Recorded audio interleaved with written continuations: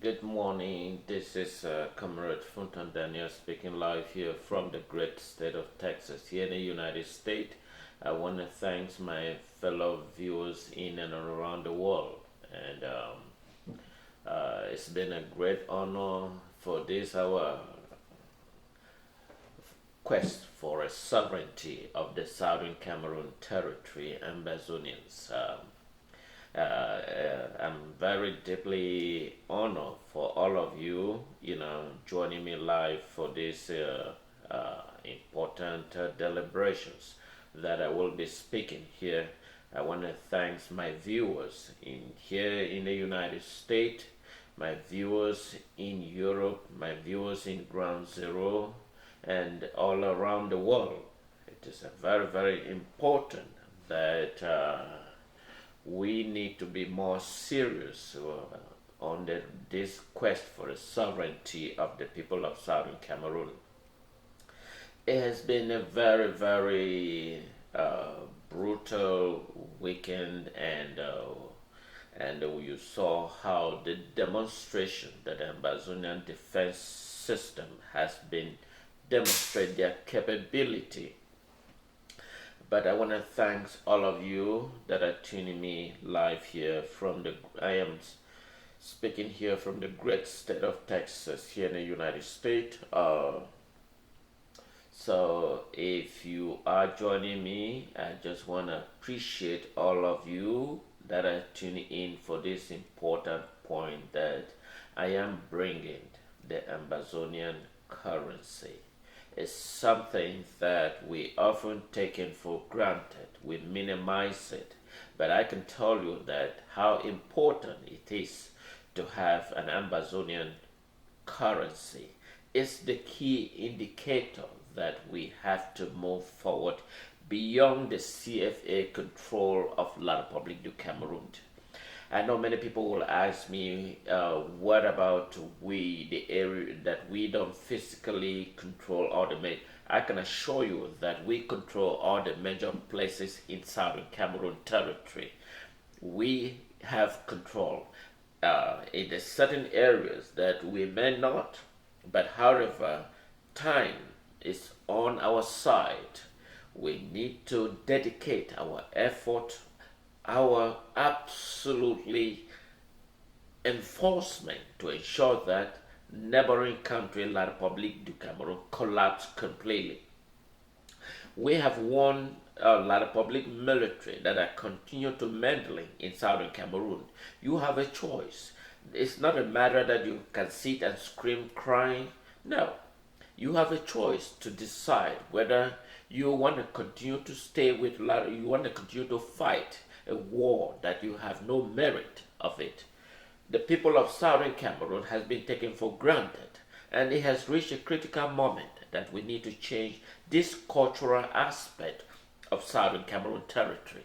We have to change the dynamic. We have to change. We have to reinforce our key indicator that Southern Cameroon territory no longer be part of the neighboring country, La République du Cameroon. So it is a collective effort for all of us. It is a collective effort for all of us to dedicate this special moving forward to reinforce our security. It is essential.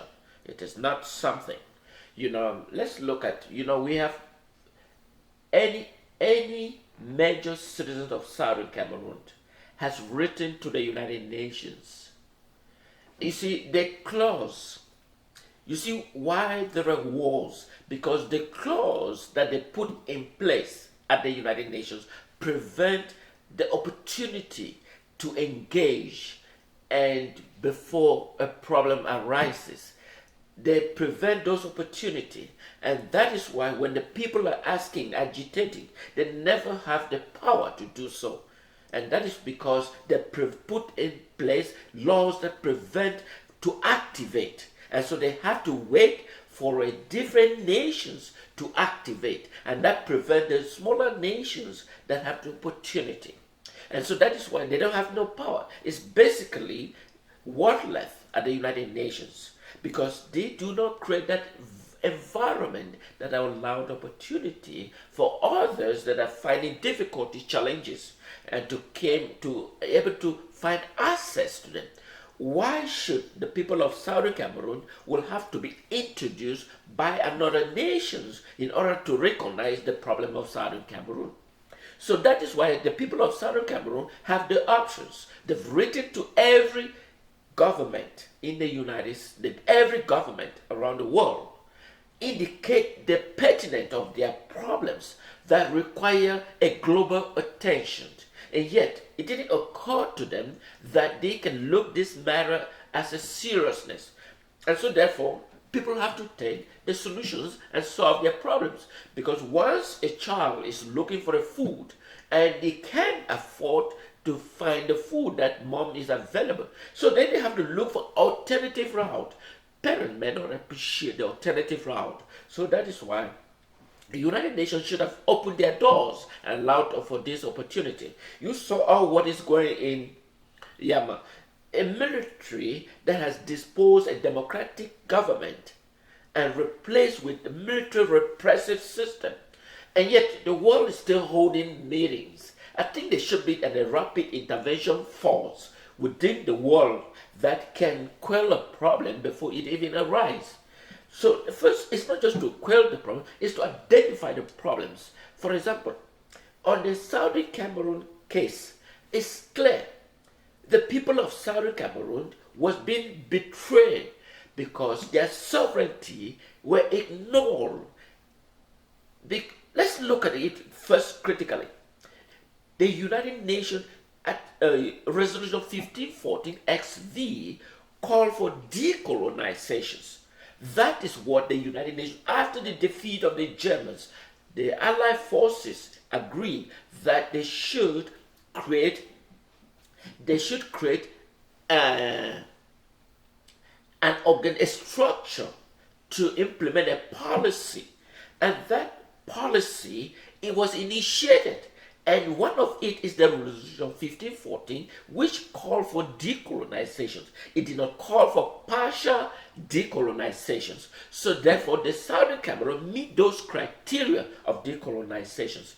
But in fact, the British government chose to ignore those key indicators and provide a conditioner to the people of Southern Cameroon.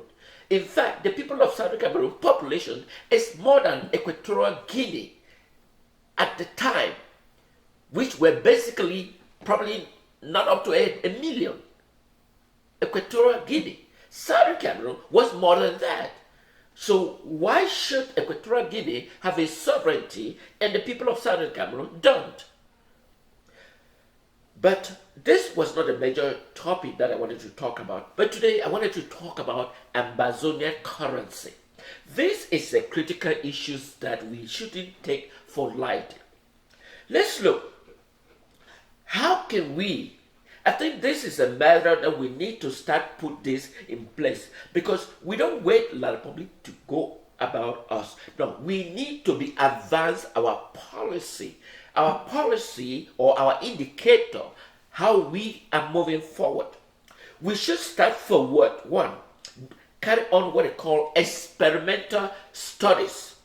Experimental studies on how to create an Ambazonia currency is vital. It's vital that Ambazonia currency doesn't necessarily have to be accepted by any other nations, but the people of Southern Cameroon can use it as a medium of exchange. There is one specific thing for those who grew up or who knew about Gwenga Market. If anyone knew about Gwenga Market, which is in Tico. Gwenga Market is somewhere in Tico. This was a local market that the fishermen, that is what, in simple term, is what they call trade by barter.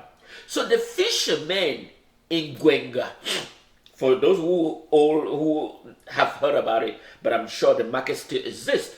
So in Gwenga Market, the fishermen brought smoked fish in Gwenga.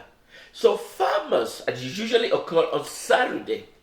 So the farmers who harvest cassava, cocoyam, beans, plantains, On that day, Saturday, in Gwenga market, the fishermen bring their fish, and in exchange for cassava, cocoyam, beans, whatever it is, and that is usually a systematic business trade by barrel. So that is what they practice. It didn't require the government's oversight. It didn't require the government documentation. It didn't require the government granting. It was initiative that was carried on between these two, because they couldn't have access to the money, but they could have access to crops. Eventually, it was expanded. So how can we, the people of Southern Cameroon, take this an opportunity and demonstrate? This is clear. Creating an Ambazonian currency, we can allocate 100,000 US dollars. We can allocate 100,000 US dollars. I mean, we can afford it to allocate 100,000 US dollars. That stands like a collateral security. This will stand out as a collateral security. So people, but the initiation, the process can carry on over internet. But you will register. We allocate a certain amount of Ambazonia currency to people within the areas that we have already secured and have control. So the collateral security of $100,000 is backed by the Amazonian currency, which we have created and carry on experimental studies to evaluate the stability and advantage. So in order for, we should have give a time frame that will allow those experiments to go on. It is vital. Those experiments is essential that we carry on this Amazonian currency experimental studies. We can give a line probably 6 months within the time frame that we expect this study to occur. So we allocate this to certain individuals, and that they will accept it as a medium of exchange. So in other words, that amount is balanced by the US dollar, 100,000 US dollars that we have in place. And we allow certain people of the Southern Cameroon that you can exchange these goods and services in using Ambazonian currency. And we start filling out, we start do the studies. And this is vital. We need to take this critically. We need to, suggest, recommend, and see how these feasibility studies can take place. It is quite essential that we look into these matters as a matter of urgency. Because if we continue to use the CFA as a medium of exchange, that La Republic has control over it. They believe that we are still under their control. But when we start these experimental and feasibility studies of an Ambazonian currency, it gives La Republic a threat that we are moving forward. While we, Ambazonian defense system, are lashing out La Republic military capability, we also, in a transition of experimental study of our own currency, so that we can figure out. Let's look at, you all look about the World Bank or whatever you call it. World Bank is specifically to control African heritage. It's to control Africa. It's not intended for a benefit of Africa. Okay, let's take for example, when France wants to increase its monetary value in circulations, they don't ask France. They don't ask IMF, I'm sorry. If France wants to increase its monetary value in circulation, they don't ask the IMF. They simply ask their parliament for authorization to increase the amount of money in circulation. So why should Africa ask the IMF for an opportunity to increase its monetary value in circulations? Of course, it should be the parliament that authorized the executive branch of government to initiate such a move. Let's look back critically here in the United States, which is not different. Let's look about the United States. When President Biden realized that people purchasing power was low, because of a lack of enough monetary in circulations. They asked U.S. Congress and U.S. Senate for authority. They did not ask the IMF. They did not ask the World Bank. They simply asked the U.S. Congress. That to show the independent. Why must 30 African countries ask a foreign government, a foreign IMF, for amount of money in circulation, which is solely on control by France? By France. So, which means Africa has no voice. Why should Africa ask a foreign governmental organization that is solely controlled by France for its amount of monetary in circulation or amount of money investment? It should have been the Central Bank of Africa or the Central Bank of that particular nations to authorize its amount so that they can allow it. So therefore, so Saudi Cameroon should by develop this capability. Before I go further again, let's look at Nigeria. Nigeria was using the British currency. Nigeria was using it. But Nigeria wasn't free. But when the Nigeria introduced their Nigerian Naira, that is when Britain realized that Nigeria was now becoming a more mature nation that they can govern themselves. Now that they are looking for their own self-currency.